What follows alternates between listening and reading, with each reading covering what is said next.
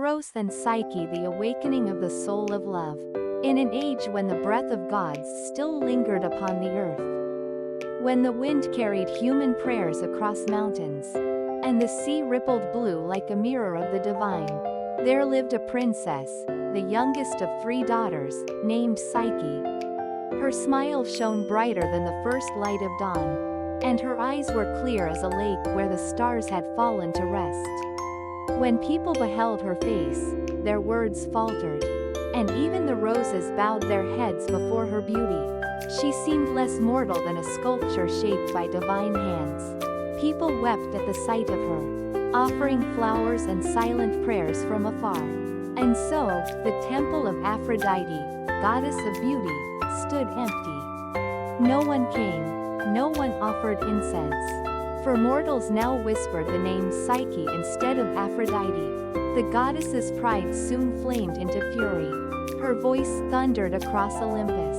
My glory is to be stolen by a mortal girl? Then let her learn the pain of beauty unworthy of her birth. She called upon her son, Eros, the golden-winged god whose arrows ignite love in every heart. Make Psyche fall in love with the most wretched, the most hideous creature that walks the earth. Eros filled his vial with sweet and bitter waters, slung his quiver across his back, and flew toward the sleeping maiden. It was a night bathed in moonlight.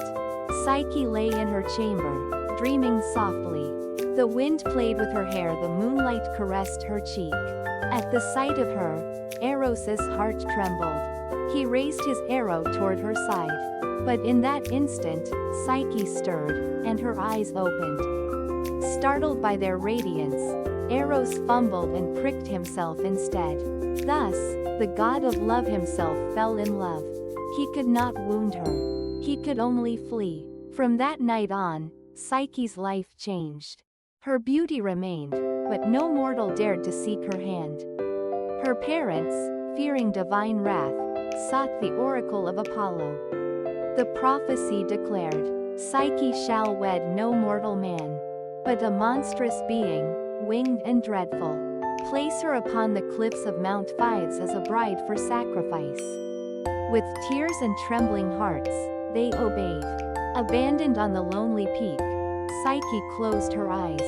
When suddenly, a gentle wind surrounded her. It was Zephyrus, the god of the west wind, carrying her away to a valley filled with blooming flowers. When she awoke, she found herself in a palace of gold. Walls shimmered like starlight.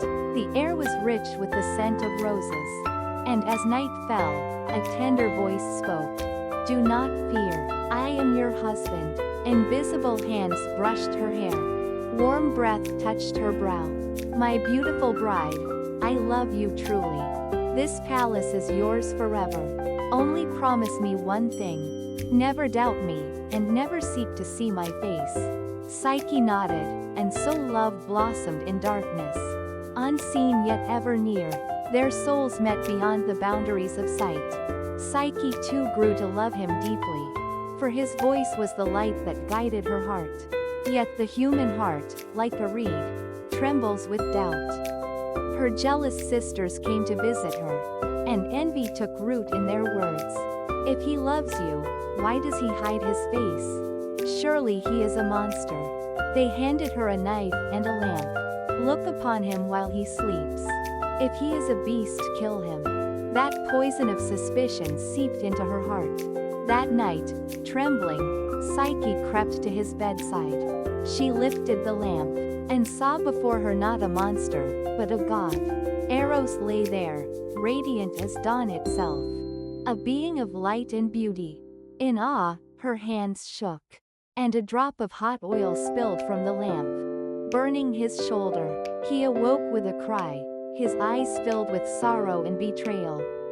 Foolish Psyche, you have broken faith. Was my love so unworthy of your trust? Spreading his golden wings, he vanished into the breaking dawn. Psyche fell to the ground, and darkness returned. Regret tore at her heart. It was my doubt that drove him away. Yet I cannot live without him. She wandered the earth in search of Eros. until at last she came before Aphrodite herself. She knelt and begged, "Great goddess, punish me if you must, but grant me a chance to win him back." Aphrodite laughed bitterly. "How dare a mortal rival me in beauty? Steal my son's heart, and still plead for mercy? Very well, if you truly love him. Prove it through your trials." And so Psyche was given 4 impossible tasks. The first trial. In a chamber lay a mountain of mixed grains: wheat, barley, millet, lentils. And she was told to sort them all before nightfall. Psyche wept in despair, but did not give up. As she collapsed in exhaustion, the grains suddenly arranged themselves in neat little piles. Tiny ants, sent by Eros, had come to her aid. The second trial. She was to gather the golden fleece of fierce rams. A gentle voice whispered to her through the reeds, "Wait until dusk, when they rest. Then gather the wool caught upon the thorns." She obeyed and returned safely. The third trial. She had to draw black water from the deadly river Styx. As she trembled on the cliff, an eagle sent by Eros took her vessel, filled it, and brought it back unharmed. The final trial. Aphrodite demanded she descend to the underworld, and bring back a box of beauty from Persephone herself. Psyche knew this meant death. Yet she whispered to herself, "Losing love is worse than dying." As she prepared to leap from a tower in despair, a voice himself guided her gently, unseen. "Take coins and bread, eat nothing in the underworld, and above all open not the box of beauty, lest darkness consume you." Psyche followed every word. She paid the ferryman of the Styx with her coin, fed Cerberus with her bread, and finally knelt before Persephone. With compassion, the queen of the dead gave her the box. "Here lies divine beauty. Deliver it to Aphrodite, but beware your curiosity."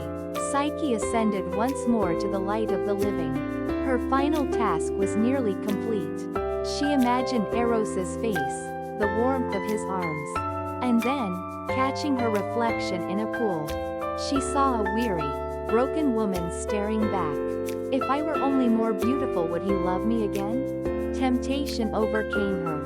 She opened the box, but instead of beauty, a black mist poured forth, the sleep of death itself.